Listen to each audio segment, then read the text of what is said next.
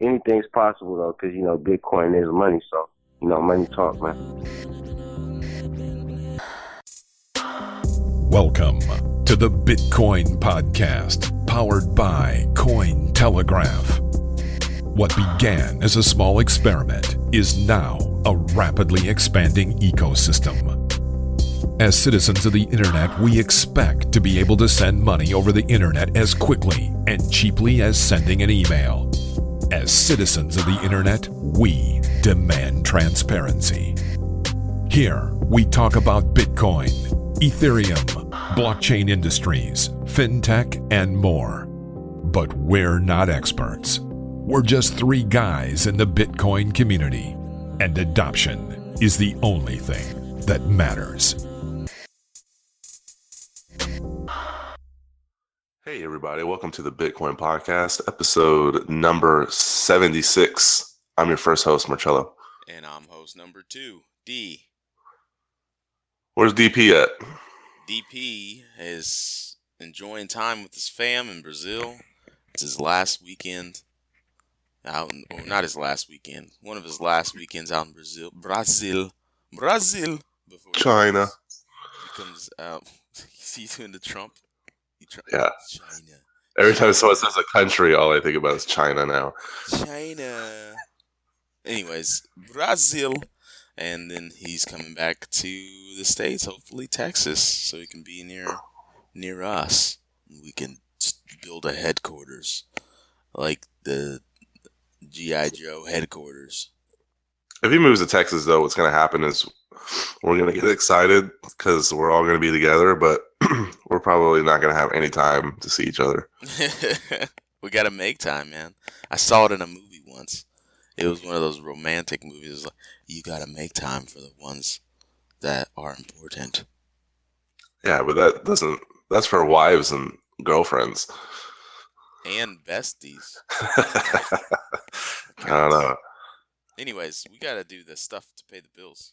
All right. We're brought to you by Best Man's Wedding, starring Ty Diggs, the new Tyler Perry movie. Just joking. We're brought to you by escrowmybits.com. It's fast, it's super easy, and it only takes 3 steps. All you got to do is register and deposit your Bitcoin, and then the seller will ship whatever item you two have agreed to send each other. Buyer checks the goods. Boom, funds are released. That's how you use it. That's escrow. And they also offer Bitcoin escrow with a locked exchange rate, so no matter where you are in the world, it got you covered. They charge you a small flat escrow fee of just 1%, unlike Coinbase. What? And they even offer you the ability to split the fee with the other party. Escrow My Bits was created to solve all the problems wrong with the type of escrow services currently around, and their goal is to make using escrow as simple as possible. So go to their website, sign up for that newsletter, that tasty, juicy newsletter. Stay up to date so you can escrow your shit with escrowmybits.com. Coinbase, I hope you heard that burn, dumbasses. Well, I guess we'll talk about it as soon as I let you know about the most trusted name in Bitcoin ATMs. We're also brought to you by Athena Bitcoin, and they're located in Houston, Fort Worth, Dallas, but they're also available in 7 other cities, so it's not just Texas, even though we're excited about that. And then also you can download the Athena Bitcoin wallet on the App Store or Google Play. And for specific locations, just visit that website, athenabitcoin.com, and they're always adding new locations, so make sure you visit that frequently. We're also brought to you by Athena Bitcoin's portfolio company, bitquick.co. You can check out the image, the image bucket on the sidebar in our homepage. That'll take you where you need to go. It's a secure, quick, and easy peer-to-peer Bitcoin marketplace, and you get Bitcoin for cash in as little as 3 hours. Bitquick has been serving Bitcoiners since 2013, and where there's a bank, there's Bitquick. All right. I'm starting the jingle process on that one this week. Nice. Keep it freestyle. Yeah. So yeah, let's talk about Coinbase a little bit. Why, man? It angered me with this move. I tout Coinbase so much. It's one of the first companies that I always introduce new people to because it's, very familiar to the processes that they already use. when it comes to how they online bank today. And then they had to go on and up their fees on debit cards and credit cards almost 4 times. Quadruple. God, son of a bitch. Well, maybe they weren't profitable at charging only 1%. I mean, of course they weren't. But still, like, you gotta stand for something. I think Coinbase, they kept their fees the same when it comes to bank transfers. But bank transfers are really slow. And a lot of the Bitcoin community isn't willing to give up all their personal information to get fast bank transfers. But, I wouldn't hate the player, I'd hate the game. Even though in this case it's really hard to hate the game. But Coinbase is trying to do things legitimate and trying to do things legitimately in the States. And they're just trying to comply. And I guess when you're trying to comply, you gotta do what you gotta do, but it sucks as a consumer because I think buying with a debit card was good for people. It was good because they had easy, quick access to Bitcoin if they needed it, but now I think if they don't want the easy, quick access, they've got to put their banking information in there and maybe send them a picture of their driver's license, promise their firstborn, give them 50% of their first house. Just getting too much, Coinbase. Spoken like a true Circle user. I like Circle. Man, judging from what I seen how Bitcoin worked when it first began to where it is now, I don't give a damn. Like, as long as I can access my funds, and I know I'm not the typical Bitcoin user. People are probably like, oh, this guy's pro everything. It's just, hey man, I just want to use my money and know where it is. That's all. But, well, you don't care about a feeless Bitcoin, like. Well, you know what? I think that. I think the only way to get a feeless Bitcoin, I think that evaporated once the ASICs became mainstream. Don't you think? Yeah, I mean, a feeless Bitcoin, that's not supposed to be the goal, anyways. The longer that Bitcoin is around, and the more people that use it, the more fees that there are. I mean, it's just gonna be natural, and plus, in the really long term, talking about when we're all dead and gone, the fees are what subsidize the miners when there's no more reward for finding a block. So if everybody was supposed to think that the fees are supposed to say 0, you're wrong, but they're not supposed to go up as quickly as they currently are because of the block size issues and because of some scaling issues. But nevertheless, if you were expecting 0 fees, but we're talking about 14 cents for a transaction. So yeah, the problem is going to get worse. So that's on the high level. It'll only get worse if the network stays exactly in the current state that it's in right now.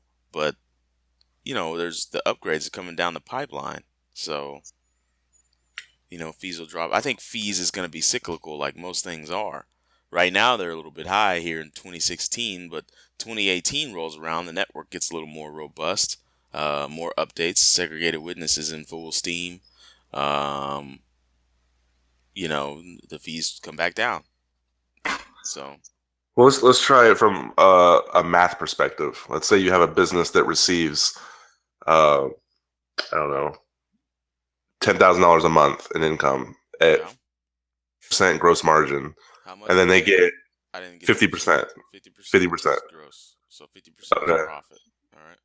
And then they get 1% of sales in Bitcoin, which means you could acquire 0.15 Bitcoin a month for $50 a month. That's half the exchange rate. So the only reason for a business to take Bitcoin is if they want to accumulate Bitcoin, because the problem is going to get worse for businesses that accept Bitcoin, since they'll need to pay both the transfer funds to the exchange as well as in exchange fees as the exchanges deal with the higher fees themselves. So, I mean, if I see a company now that takes Bitcoin, I'm thinking they're just holding at this point. What does your math say? I mean, that math that you just laid out is pretty strong. I mean, Bitcoin, it's simply a way to save money over using PayPal or credit cards for most customers. But if you start taking that away, you know what I mean? Yeah, I mean, right now it's still a fringe use case. There's just not a lot of people using Bitcoin, so it makes it difficult. I mean, it's in the top of our show, you know? Adoption is the only thing that matters. Yeah, and this is a big part of it. Yeah. In fact, you know what? I was talking to an old college buddy about Bitcoin, and I just told him to go to the Bitcoin Reddit. And then 2 days later, he hit me up, and he was just like, I didn't see anything about Bitcoin. All I kept seeing was this thing called Ethereum. And I'm just like, oh man, that's right, because Ethereum is the big thing right now. So how am I supposed to on-ramp him and get him excited about Bitcoin if he's just seeing all this altcoin stuff? Nah, I wouldn't call Ethereum an altcoin. Or I guess that's the definition that everyone wants to use, but it's just got a totally different... I guess it's just an altcoin. Yeah, we'll call it an altcoin. But you're right. There's not a lot of buzz around Bitcoin anymore, which makes it hard to adopt. Yeah, I mean, you were talking about, mass adoption. That just got me thinking, because he immediately was like, I don't know about this Bitcoin. It is tough to get new people into it. I don't know. Mass adoption is such a tricky thing to get. It's almost like you can't force it. Just gotta let it happen. But I think what spurred most of it last time was the price. I think price going up is what spurs adoption. The easiest and the quickest. Mm-hmm. That's what caught our eyes. I mean, honestly, that's what caught my eye. When it went from like $20 to $600 or something nasty like that. No, it was like $200 and then it went up to $600 back in 2013. I was like, holy shit. That's something I gotta get my hand. This is just pure FOMO. And I think those cycles of FOMO, fear of missing out, are what spur it. And, it just needs to be another FOMO. If one of these governments does something stupid and the currency goes shit, and for whatever reason under the sun, there's enough people that trust Bitcoin, and then Bitcoin goes up again, starts going through the roof, then that's going to spur a whole nother cycle of adoption. And then people are going to see more and more benefits that Bitcoin promises, and it's going to be able to stand behind the things that it promises. But when the network is stagnant, you get what we get right now. So, I think a lot of people are just interested in Ethereum so they can be informed, and then they can jump ship at some point. You think so? I think Ethereum has some bona fide staying power with the properties that it provides and the promises that it is advertising. Especially the promise of like having one giant global computer. Mm-hmm. That is just crazy cool. It's kind of scary, but it's crazy cool. And turns the dumb network that is the internet into a little bit smarter network. True. What do we call it then?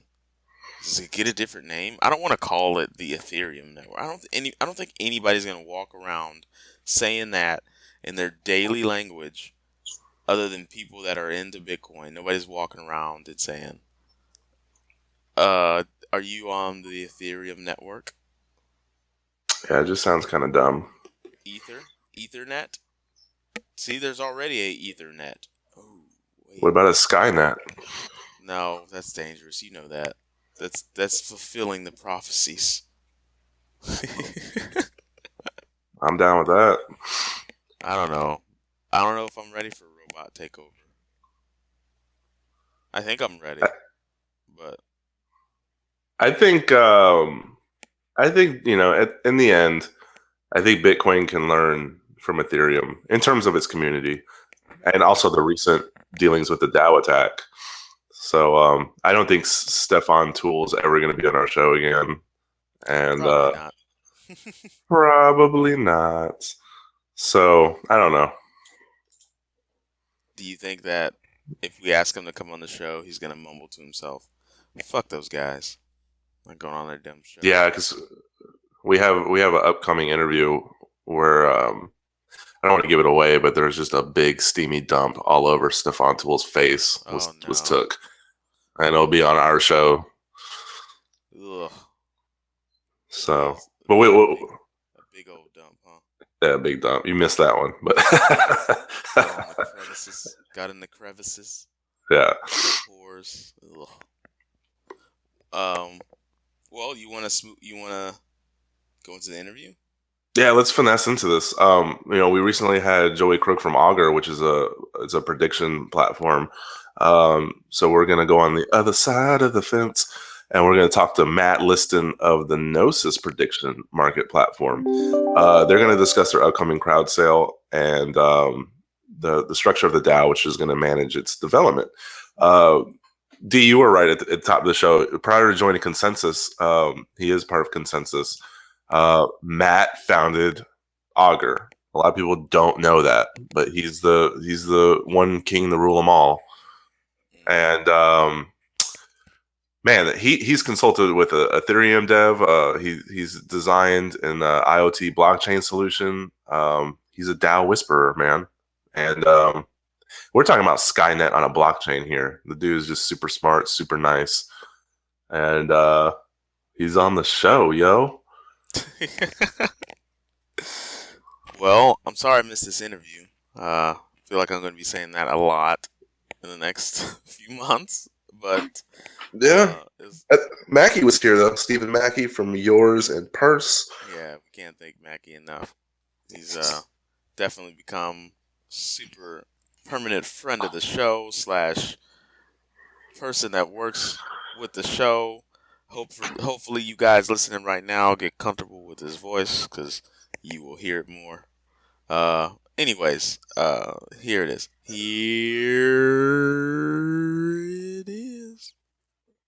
All right, so for starters, why don't you tell us and our audience a little bit about yourself and how you got started in all this crypto business? Sure. Well, I'm Matt Liston. I got started in Bitcoin in late 2012, early 2013.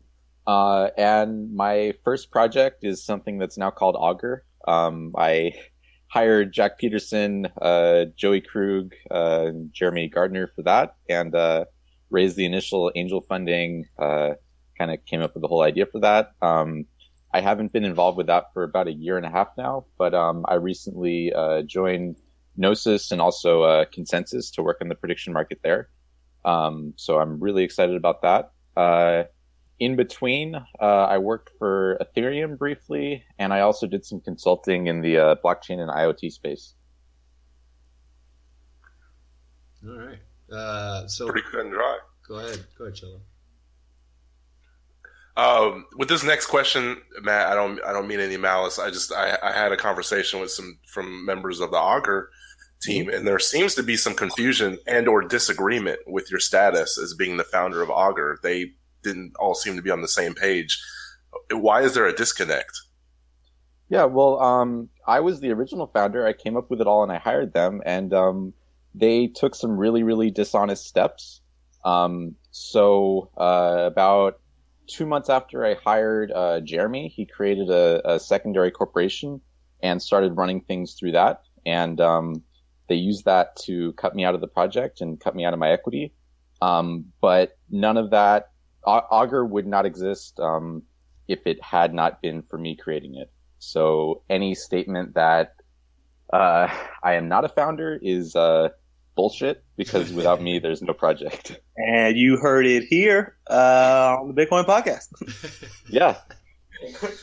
I love you, man. All right, I'm glad you said it. That's awesome. Yeah. Yeah. No problem. I'm happy to put that to rest. Yeah. Do you have any hard feelings anymore? Do you hold any hard feelings? I guess that's probably a good question. I was about to say that. It'd be dishonest if I said no. I mean, my life was pretty bad for a while after that, and that project was really like a second child for me of some sort. You could say it was a child DAO of sorts. Yeah, it was a child DAO of sorts. And,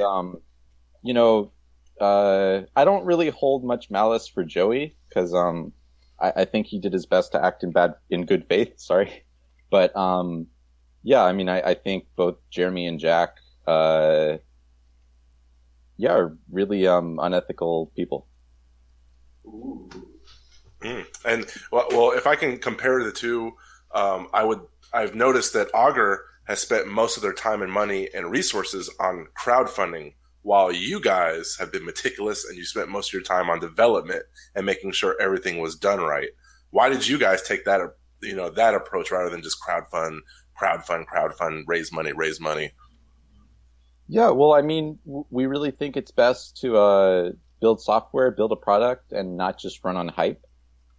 So I think that was a decision we made. I also think that we've been aware that there's a bit of a legal gray area with operating prediction markets, and also that there's security concerns. So we didn't want to promote our software too much early on. However, Gnosis has been live on the Ethereum main network for about 6 months now, and we're coming out with an even more mature software release. So, yeah, I mean, I think Augur raised money on hopes and dreams.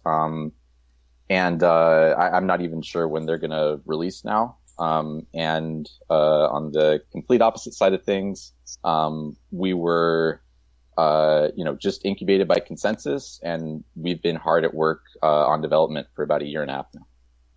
So, by the way, shout out to Lubin from Consensus. Really, really nice guy. You guys are doing some really cool things over there. Yeah, we had he's one of the. Oh, cool. He's one of the sharpest people I've ever met. He is definitely a sharp tack. Yep. So is there enough demand here to consider you and Augur competitors? Is that something that's going to? Is one of you going to put the other to rest? There's a lot of similarities between the projects, so we're operating in a very similar space. However, my theory on this is that for at least 5 years, we're not really direct competitors because we both need to prove our hypothesis that there's a need for decentralized prediction markets, and we need to start shaving away market share from these huge competitors. So I think for a couple of year period, there's actually going to be a much more synergistic than competitive relationship between the two projects. It's really important that we just get out there, and I think if either one gets out there, it's going to bring more positive than negative attention to the other project. So that's the relationship for now. I think that there's some important technical differences. So I talk about that sometimes. But I don't think we're going to be trying to steal each other's customers anytime soon. Let me put it that way. Okay, that makes perfect sense. If we switch gears a little bit, we can stop talking about Augur a little bit. And I bet both you and Mackie are experts on this question, since y'all are like Cheech and Chong a little bit. B2B services for the budding U.S. cannabis industry. Let's talk about that for a minute. Cool. So, yeah, I've been reading that there's like an idea here, which is to use a version of like the safe market GitHub.io, which is more of a safe free market powered by the Ethereum blockchain, which is like customized for growers, dispensaries, and transporters. Could you tell us a little bit how that would work if that was implemented? So I'm not currently working on projects in the crypto cannabis space, but I think it's an excellent idea. So a wholesale market built on safe market would be really great. I think there's a very inefficient market currently connecting growers, wholesalers, product manufacturers, and dispensaries. And doing that through crypto could, not only create an efficient online market, but also, help with the payment and banking side of things. Curious to hear Steven's thoughts on this as well. I'm actually taking a look at the site now. Because originally I took a look at some of the screenshots from the alpha, and I never really dug too much into like what exactly is here. But it's kind of just taking a look at it. It's just like an escrow system, sort of similar to like what we do at Purse. But this looks like it is a step further as far as like person to person, like contracting. So like I'm a smart contract. I have this, and I need an arbiter to be the middleman between this transaction and another. It seems pretty nice. I mean, obviously, as far as like resilience goes and as far as like safety goes, doing these sorts of peer-to-peer trades over a smart contract, definitely makes a lot of sense. And I've not used it myself, but would probably not be surprised if they already had like pre-made like templates and things like that for like the trading. So to further simplify it, have any of you guys actually used it? No. I have not, but I know they're testing it. Another interesting thing to bring up, there's potential for creating wholesale markets or banking solutions using cryptocurrencies and smart contracts. I think something that could be created more quickly and have a really good use case is crowdfunding for cannabis small businesses using Ethereum tokens. There are. So I'd be really excited to see that happen soon. That would be hot. I would love that. I mean, it can go as far as too, is like, it's not just, it's not just like peer-to-peer, like marijuana or maybe anything like that, might not necessarily want to deal with like traditional fiat. Like that's cool. But, you have the whole case of like Craigslist here. Literally, like you could take the interface of Craigslist and just add in an additional interface, that uses like Safe Market to like do smart contracting. So you could essentially like transact like, over other traditional services and just use like the back end, like, Safe Market API to make sure you build a contract and make sure it's legitimate. And you could utilize a system like this anywhere. It wouldn't just be, here on the Safe Market site, again, before like Craigslist, eBay, there's lots of different multitudes of ways you can use something like this. Anytime you want to contract somebody to do something and then make sure that you can pay them when they get the job done and it's done in a much more safe and secure way and fast, and you can do it with this. Yeah, or like for instance, like if you couple this with like a decentralized like reputation system or something like that, right? You could essentially. Have you guys heard of like Angie's List? Of like course, the thing where you find a contractor, you can trust them, reputation. Same sort of conduct there too. You could look at someone's history of all their past work, see all their previous examples. Everything is all saved, cryptographically to the blockchain. Like you have proof that person did and all those jobs, in the method that they said that they did and got the quality that they state that they did. So, I mean, it's one of those things, like once it's out there, it's going to take some time for people to like really, really dig into the use case. And I think Safe Markets, I think that's the first smart step. So I want to take it back a little. I think prediction markets are pretty fascinating personally. And can you walk us through how someone can create a specialized prediction market as easy as like maybe creating a Facebook page or something like that? Sure. Well, what we mean when we say creating a specialized prediction market as easy as a Facebook page, we mean an actual new set of markets. So, markets specialized in forecasting the weather or betting in a particular locality. And the functionality to create, a complete customized market interface is not quite there yet. However, it is very easy to go into our new software release and create a new market. For instance, will Hillary win? So that process is a one-page process. You would go into the Gnosis app, and on top there's a new market interface, and that's as simple as just writing a description, writing a title, setting a fees, and then also choosing an oracle who is going to resolve that market. It seems incredibly simple for something that's so powerful. Yeah, definitely. And we hope to make it a lot more simple and, particularly a lot more simple to really create your own application on top of this. So in terms of simplicity, can you explain how you're going to increase, security? Because, for instance, if an attacker finds an exploit, how do we not repeat the faults that the original DAO encountered? Right. Yeah, absolutely. So, that really falls under two categories. One is security for our DAO, and the other is security for the prediction markets. So, for our DAO, which is going to be raising money, there's a couple things. One, our code is very modular and auditable. There's also going to be manual processes that are involved for large withdrawals. So, that alone is really going to help a lot. We think it's important to have incremental fund amounts in smart contracts, not just jump to 150 million at once. And then on the prediction market side, we've broken up our code, made it very modular, and Stefan, our co-founder, is actually going through and doing sort of a pre-security audit currently. So that's going to help a lot. I think for very, very large amounts, when we get to that point, there's going to have to be some manual processes involved as well. But for now, it's looking really good. All right, so I got a question that I think this is when I tell people about prediction markets, and I try to explain what they do, why they're useful, and what they could potentially be in the future. I always get this question immediately. How is it not gambling? Yeah, I mean, how do we know it's not gambling? Well, there has to be rules and legality of that associated. If people treat it as gambling, do you fall prey to being constricted by regulation? Yeah, absolutely. So no matter what, we're going to be constricted by regulation. I would say that laws around using prediction markets as a financial product are even more stringent than using it as a betting service. I think there's different ways of phrasing it, but mainly we're going to do what's legal. I think the U.S. is a very, very difficult jurisdiction to offer, sports gaming or financial market services.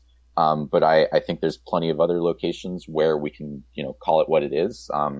European Union in particular, it's a pretty easy licensing process, and we're looking into the legal technicalities of doing that. I'm also very interested in Latin America. I think there's a big soccer market there. And, most of all, I'm currently looking really deep into Asia and China.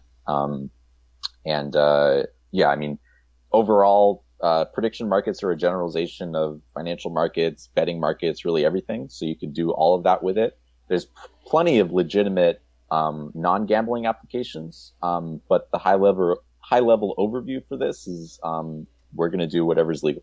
Yeah, so that's, I guess, another answer to them. I hope you can dig into is why is it short-sighted to only see it as gambling? What's the potentiality of prediction markets? Where can they go? What's their future look like with prediction markets enabled at everyday level?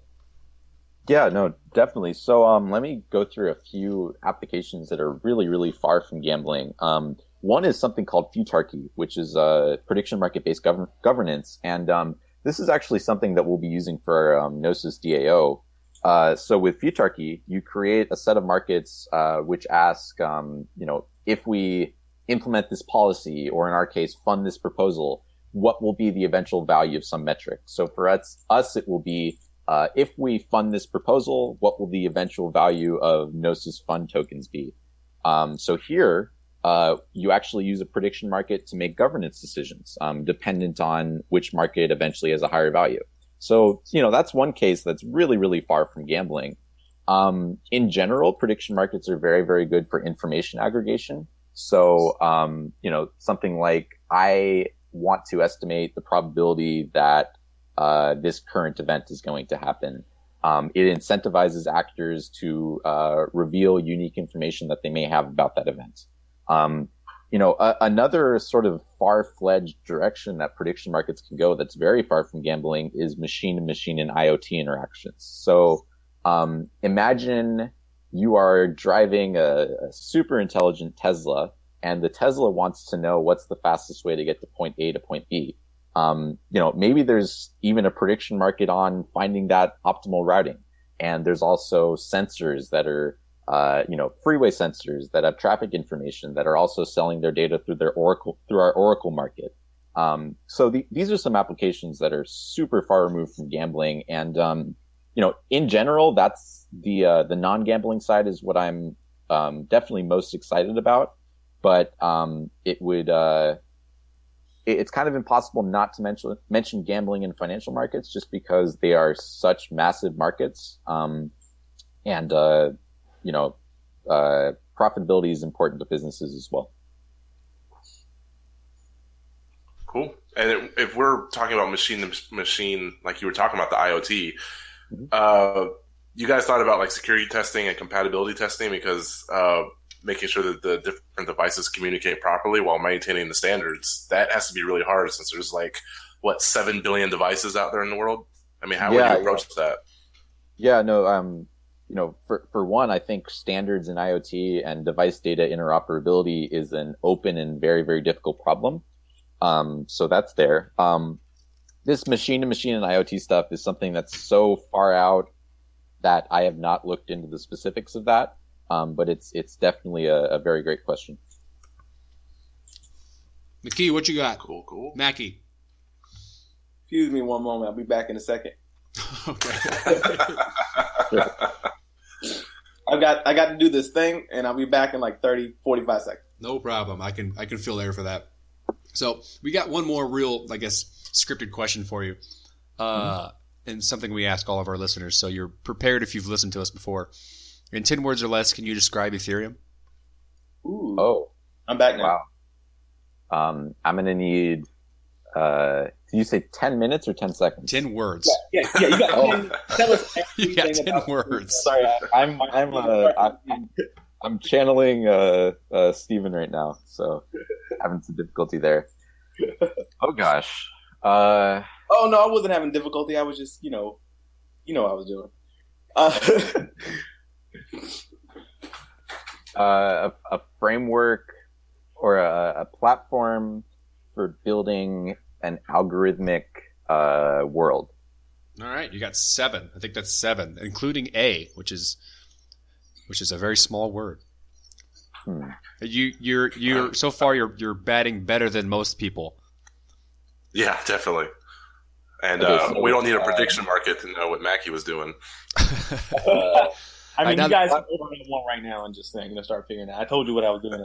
Now that you're back. I'm ready now, though. I'm ready. I've got my thing with me right now. Let's go. What type of questions do you have for this conversation? What do you want to talk about? I got some great questions. So, for instance, one of the things that I see about Gnosis is that, it gives you the capability to take any quantifiable data point that we can think of and basically hedge our bets on what the outcome of that can be. You can literally do anything. As far as when celebrities are going to die, when a next world, major event's going to happen, when, right. All these sorts of things that you can take unique data points from big data, sort of aggregate all those things together, and you can use smart AI systems to eventually pose these questions to other people that could eventually make it more money. There's so many different things that you can do with the system. What is a use case for Gnosis and prediction markets that you personally think you will use it for? How do you think you will benefit as an individual consumer or user of your own product? When you eat your own dog food, how do you see yourself doing? Gosh, that's actually something I hadn't thought about. Usually I just think about it in terms of it's something I love working on, and I think it's something that can help build a better world. I might be interested in speculating on current events, and also, crypto events. However, that's not something that I, would be comfortable putting a lot of money into. Do you see an issue with the propensity for individuals to do insider prediction bets? Say for instance, if I was a DAO hacker, and right. I go on Gnosis and I open up, saying, hey, do you think Ethereum will hard fork in the next 3 months? And I hedge my bets and I make things right and I get my money. That's a really interesting question, because on the one hand, it's a problem and it opens an ethics can of worms, because what if it's a new avenue for people to trade on, inside financial market information?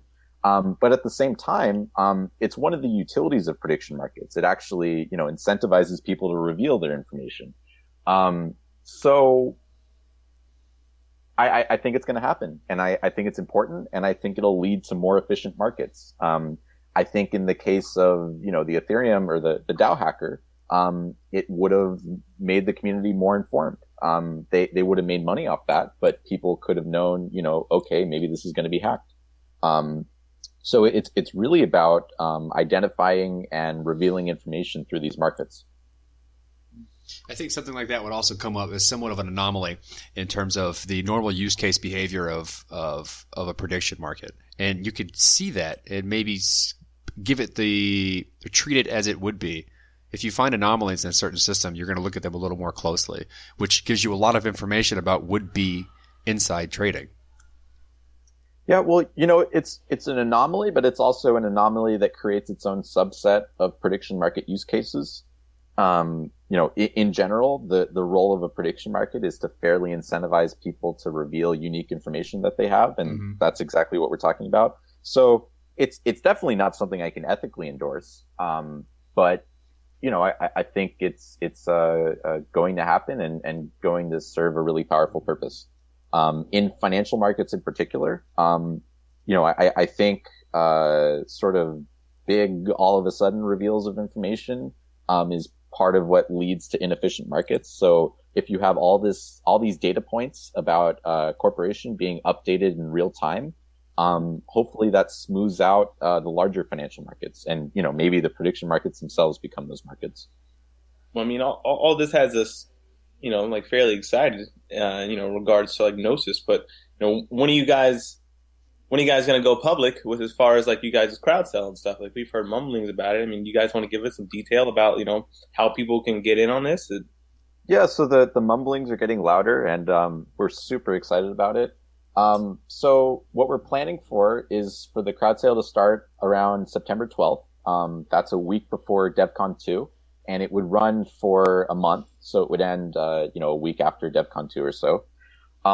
It's going to look structurally like different, other previous crowd sales. It'll probably be, 1 Ether, for 100 tokens, for the first 2 weeks. And then it will ramp up and then have a final week at a flat rate. We are not planning to cap it. Yeah, it could be interesting. When you fund the crowd sale, can we touch on that for a second? Can we? I don't know if that's the point you were about to get into, but can we talk about that for a second? As far as like, sure. Previously other DAO like token crowd sales, for instance, like Digix or those sorts of things, like they set what felt like arbitrary caps on top of their stuff, essentially to not let things go wild, which is great, and then the DAO did its thing and FOMO did its thing naturally, obviously, and we ran into what we ran into before. Do you feel like there's a possibility of you guys like with no cap creating such a large financial incentive or essentially a bug bounty on top of you guys' head? Like, do you fear that you're wanting to grasp for so much success could ultimately bite you guys back? No. So I think those are all valid points. I like that. Yeah. Nice. So I think they're all valid points. I'd like to say, first of all, that I'm actually more hesitant about selling essentially so much equity, because I think it's going to be, eventually worth a lot more than what we're selling it for. So, capping a crowd sale at 5 million for 80-90% equity in Gnosis, I think I would never agree to it. I think it'd be a really bad move. You heard it here. You saying they're going to have a unicorn, and you guys just better get a piece of that horn, right? Yeah, I mean, I think the applications that Gnosis could be applied to, I think let's see. It could be 1,000 times a unicorn. It could be $1 trillion company if we actually capture gambling markets and financial markets and things like that. Not saying we'll get there, but it's possible. That's brave. So, I mean, I like to hear that. Yeah, I just found the graphic for this episode. It's going to be 1,000 times unicorn. I have a tweet somewhere that I came up with a name for a $1 trillion startup. So I'll get back to you with that. But there's a couple other things I wanted to touch on. One is that in our DAO, there's going to be manual steps. So it's not going to be possible for someone to find a bug and withdraw all this money. It would require, multiple signatures and steps from people with real world identities. Second of all, after $5 million are raised, probably 50-50, 50% of the funds are going to start going to a Gnosis fund, which is going to have a bit of a different purpose than the Gnosis DAO. So, the funds raised are also going to be split between 2 entities, potentially. That's interesting. You put a little bit of the human element back into the contract, which then allows for a lot of those safeguards that weren't there for the original DAO. Yeah, I think it's necessary. I totally dream of, not even decentralized autonomous organizations, just autonomous organizations that may actually have full economic agency without human intervention. But, I think we need to take incremental steps, right? Baby steps, especially when we're talking about lots and lots of people's money. Especially, I think just thinking of it in terms of a raising money standpoint, you're going to want someone immediately following the debacle of the DAO.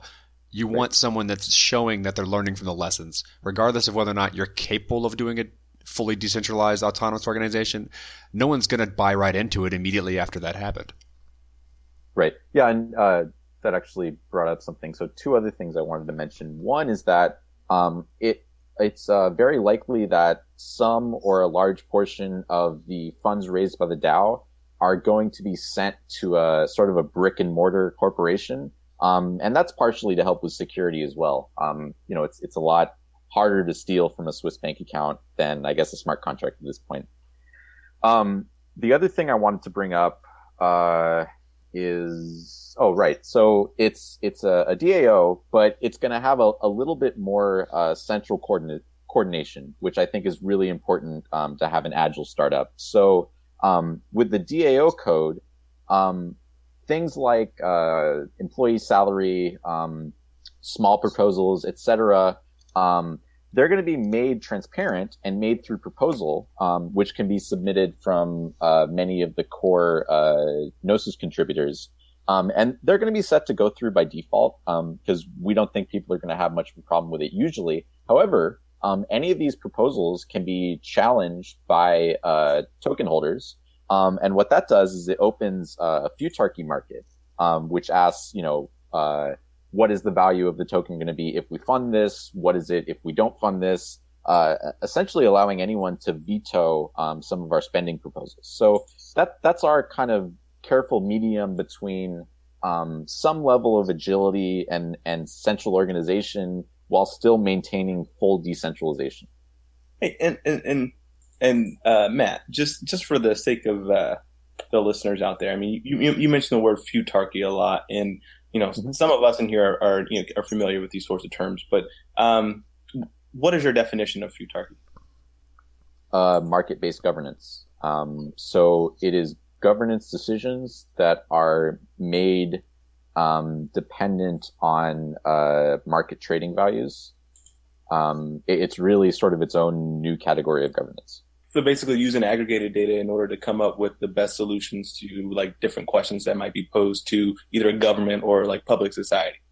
So for instance, which elected official might be best here, or what's the best case to do this economically in order to benefit the most people? Yeah, that's a high level overview. Yep. Excellent. Great. Okay. Just wanted to make sure that was cleared up. So essentially, because you hear Vitalik, speak about that often, in regards to futarchy and like the ability to be able to use, aggregated large data sets to help make decisions for future governments. And, that plays a large part into the future for DAOs. And I guess as far as the ethos of Ethereum goes and decentralization, if you're going to decentralize, you're going to want to make sure that the systems that you are building are going to be able to make the best decisions. And prediction markets are a core component of those systems being able to make those great decisions. Yeah, absolutely. And I think there's been a really large surge in a buzz around terms like futarchy lately, particularly in the Ethereum community. And I think it's because people understand that we need new types of governance to lead these, distributed organizations. And I think futarchy is a really great option for that, partially because it essentially crowdsources decisions and uses these markets, but also because it can be coded into the DAO code, to sort of have automated decision making. Of course, with these human steps for security that we've talked about.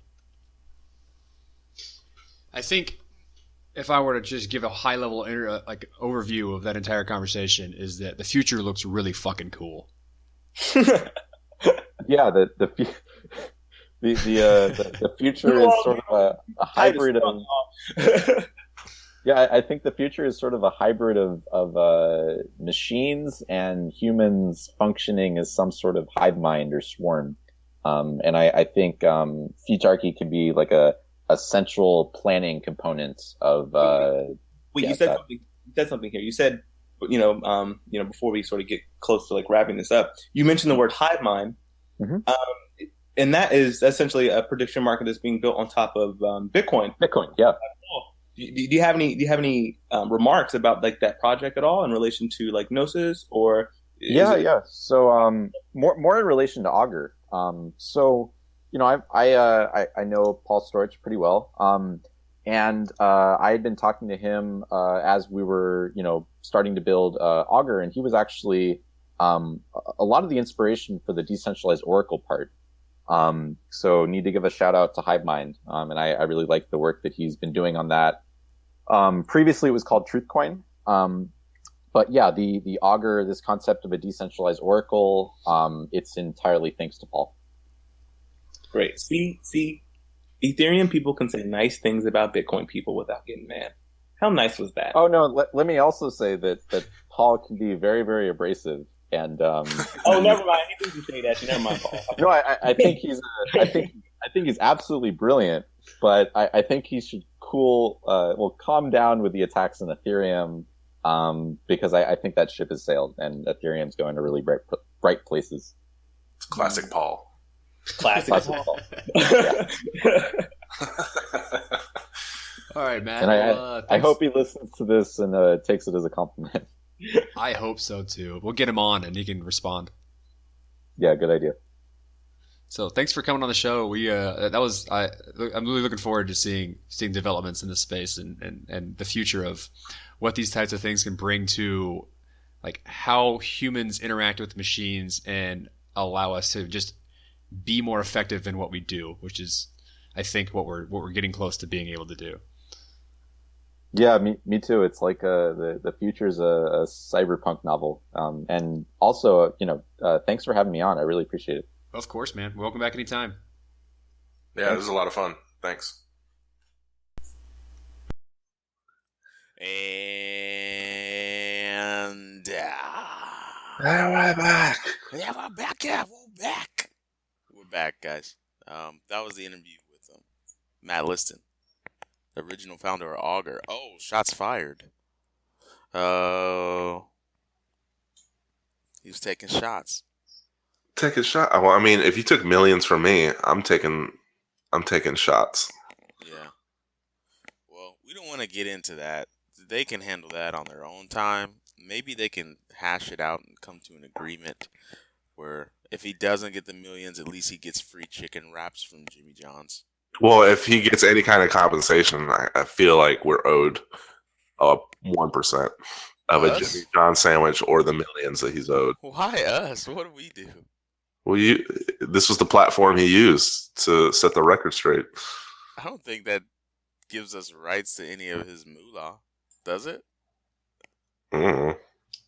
Maybe if we helped out with ascertaining it. Let's be the middleman in that transaction.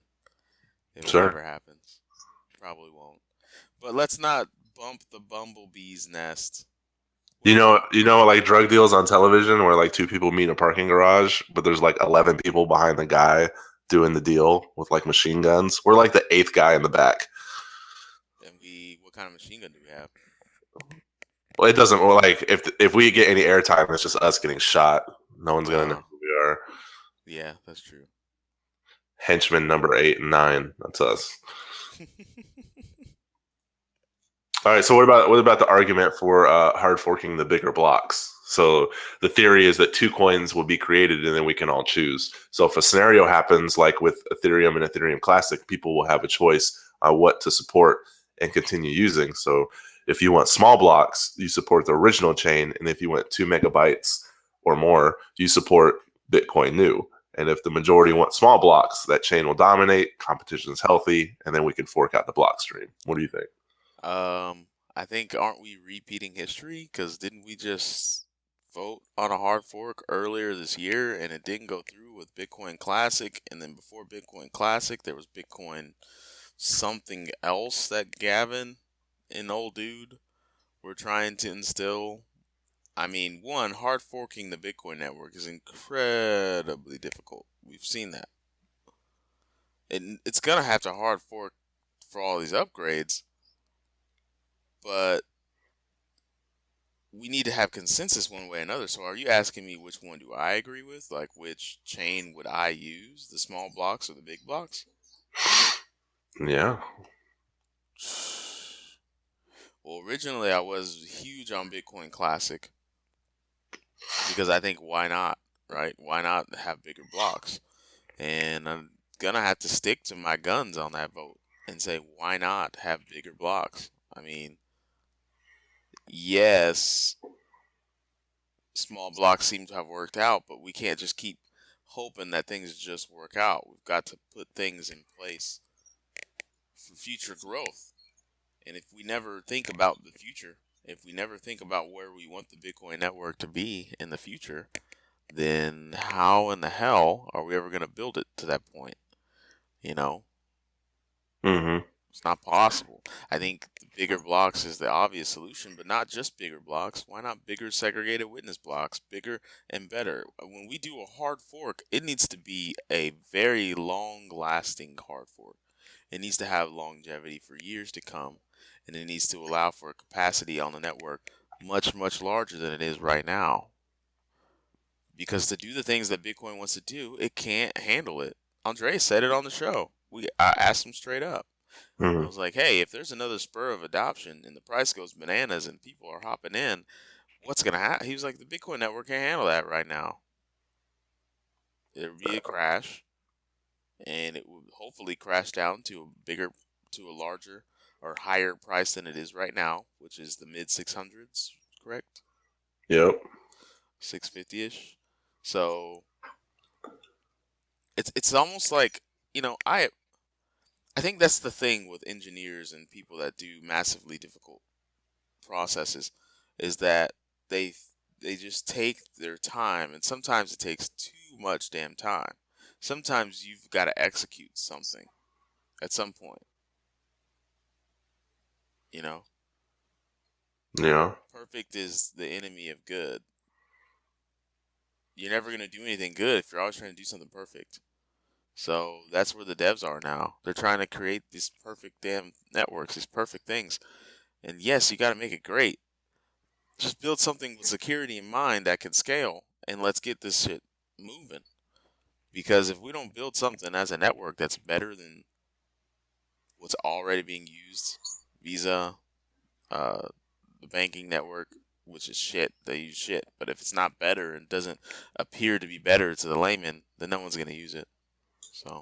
So you think Classic's gonna be like a thorn in the foot of Ethereum until it does die off? Because imagine if Litecoin split in two. We're talking Ethereum now? I thought we were talking Bitcoin.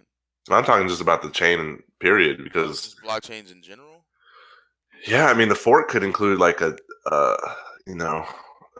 difficulty adjustment, because I know you were talking about how hard it would be with the difficulty, but the smaller chain would need like at least a month to work at full speed again. So yeah, I'm just talking about, I think it's a good plan as long as there's a way to prevent the two chains from screwing each other up, like what's happening on Ethereum. I just think that it's a learning process. Because right now people are just pump and dumping. It's funny how the longer you're Bitcoin, the more you don't consider price as something that's important. But I think I'm coming back around on that price is dreadfully important to adoption. And it's important in many ways. If it stays the same for a long time, it shows that it can hold value. If it goes up, that means it's a speculative tool. So more people are going to hop in and they're going to speculate. I mean, the price is important. I think that we don't talk enough with economists and financial professionals enough on this show to understand how dreadfully important price is. Maybe that should be the next thing. Hey, anybody listening right now know somebody who's kind of savvy in econ and a savvy financial professional looking to go on a show and talk about really, really cool technology, needs to come on our show because we have some questions that we need answered. For sure. Wow. Interesting follow up. The first version of Bitcoin didn't even have a block size limit. So how that shit that work, man? I don't know. Satoshi's loving it though right now, wherever he is. Yeah. Not cashing out on all his loot. How about we keep those 1 megabyte blocks and instead hard fork the average confirmation time from 10 minutes to 1 minute? I think that's something to do with security and propagation not reaching enough of the network for it to be trustable. Well, all right then. Yeah, like if the confirmation times were 1 minute, but see, then Ethereum pulls it off somehow, and so really, I just gotta dig deep into the technicals and figure out why not. But I do remember reading, I think a couple of years back, that if the propagation time for Bitcoin was too small, then the transaction or the newfound blocks wouldn't get propagated to enough of the network for us to be reliant upon it. But I could be wrong there. I'd love to be wrong. Somebody write in, tell me I'm wrong, and then we'll have a mental spar on the interwebs. Sounds good. And then you guys can make up and watch the Best Man Holiday, the smash hit. Smash hit, Best Man Holiday. I'm going to love it. In fact, I'm going to go out right now and buy every single Kevin Hart movie that's available. Kevin Hart's not in this one, by the way. That's a Ty Diggs special. Oh, he's not? I'm sure there's going to be like the Best Man 3. We're getting super off topic. I could talk about Morris Chestnut movies all day. Oh, you can? Then why don't you?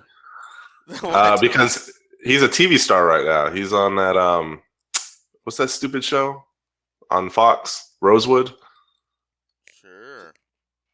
Yeah, so he's taking a break right now from movies. As he should. But he was in that classic 2002 film with Bow Wow, Like Mike. Don't forget. Oh, never forget. Like Mike. It's a fucking classic. How would I forget Like Mike? Yeah, and he was in the Anaconda sequel. Don't forget that either. Hey, Patrick Byrne's back. He's not dead. He's back. He almost died. He almost died. Almost like Detective Marcus Williams in Kick-Ass 2, played by Ty Diggs. Why are you doing this? Are you on imdb.com? All right. Exposed. All right. Let's wrap it up. We're going to wrap this up, guys. I hope you enjoyed this episode. Hope you enjoyed the interview with Matt Liston. Hope you learned a thing or two. If not, write in, give us some topics to dig into that we can present to you on the next episode. But anyways, our Twitter is at the BTC Podcast. That's our Twitter, at the BTC Podcast. TheBitcoinPodcast.com is our website. It's where you can find all of our web shit on the internet. It's a news page. There's a newsletter that you can sign up for. There's an about page that features Marcello looking backwards over his shoulder at you like, oh, hey, what's up? I'm on a beach. What you doing back there?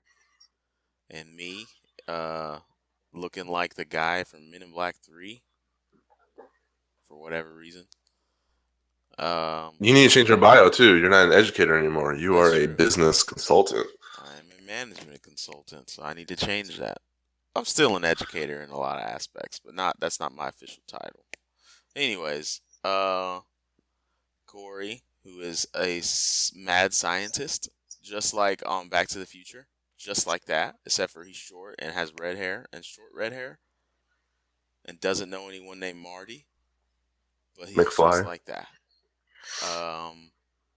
Yeah. What else do we do? We're on iTunes. Give us 5 stars if you like. If you don't, listen to another episode, and I guarantee you'll find the 5-star rating in that one, and then give it 5 stars after that. But if you try to give it 4-star and below, we have the capability. We'll find you. Just like Jay and Silent Bob. We'll find you. Oh, yeah. Also, a great way to show us a little love, aside from 5 stars, is to go to our website, click on that purse.io banner, and make your Amazon purchases just like you normally do. and you can save 15%, and they'll just give us a little kickback and show us a little love, save yourself some money. Tiny bit of love. Should we tell them about the transparency of how tiny the love is? I just order a lot of shit. Support the show. Order a lot of shit. The show is a tiny bit of love. But it helps. Every bit helps, guys. Every bit helps. We're looking to get new tech for the show. I need a new headset, new sounds, mixer. We need things to make a better show. And so if you guys would help out, that'd be cool. Other than that, man, last piece of news, thanks to IMDb, there is a sequel called The Best Man Wedding. It will open up that trilogy, which is the best trilogy since Lord of the Rings, will open up later this year. Amazing. I can't wait. There's nothing I wanted to do more than watch the Best Man trilogy all at once. That's lore right there. That's deep lore. Oh boy. Well, play the outro.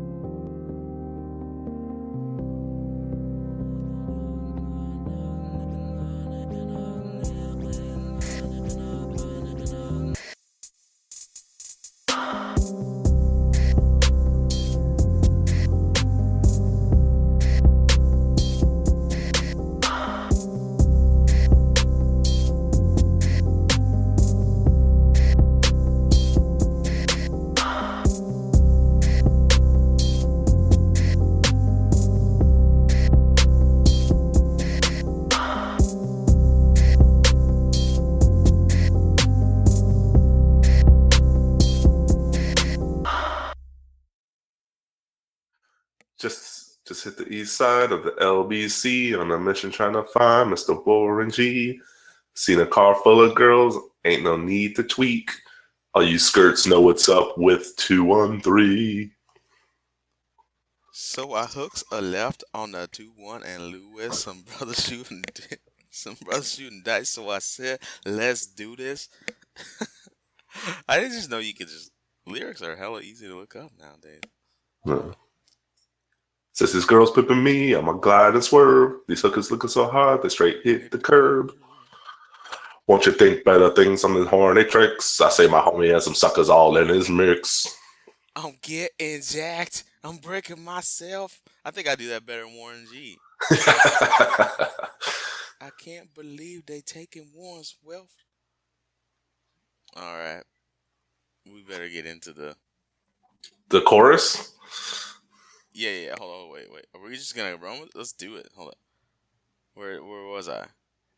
They took my rings. They took my Rolex. I looked at the brother, said, damn, what's next? They got my homie hemmed up and they all around. Ain't none of them seen it. They're going straight pound for pound. I gotta come up real quick before they start the clown. I best pull up my strap and let our bosses down. They got guns to my head. I think I'm going down. I can't believe it's happening in my own town. Isn't there a part where it goes like, back up, cause it's on. Anyways, if I had wings, I could fly. Let me contemplate. I glanced in the cut and I see my homie Nate. I like it. I think we should just do like a Bitcoin karaoke. Get Corey in here. A bit of karaoke. A bit. G-Funk era funked out with a gangster twist. All right, let's finish this up. Hold up. What about the random chords, strings, we brings? Rhythm is life, and life is rhythm. They were probably high out of their minds. You know, like I know you don't want to step to this. Yeah, that's my favorite song in the 90s for sure. Oh man. Shit. I was 9 years old when that song came out. My favorite song is probably Brian McKnight. You know the song where he's walking in the cornfield? And he's like, 1, I'm gonna get to you. 2, I'm gonna do you. 2, 3. Oh, that was right. That was 1999. That you're gonna be my girl for. He just I mean, those are the easiest lyrics to write. You just make a list. Start listing things. Yeah, then you just go back to 1. Yeah. which is the name of the song. 4, repeat steps 1 through 3. Giving girls fucking assignments. Have you ever had trouble in a relationship and then you started doing the steps? I tried. Got fired from that relationship. So things weren't going too good, and then you were like, "Girl, it's plain to see that you're the yeah." Yeah, and she was like, "You're not gonna Brian McKnight your way out of this. This relationship is terminated." Brian McKnighting only works for Brian McKnight. Yeah, Maybe you're Tidings. Oh yeah, Best Man's Wedding, man. We're sponsored by them. Yeah. All right, we should probably this is going at the end of the show, by the way. We gotta get some people with bonus features. Have you seen Best Man Holiday? No, I saw the original one. The Best Man. Yeah.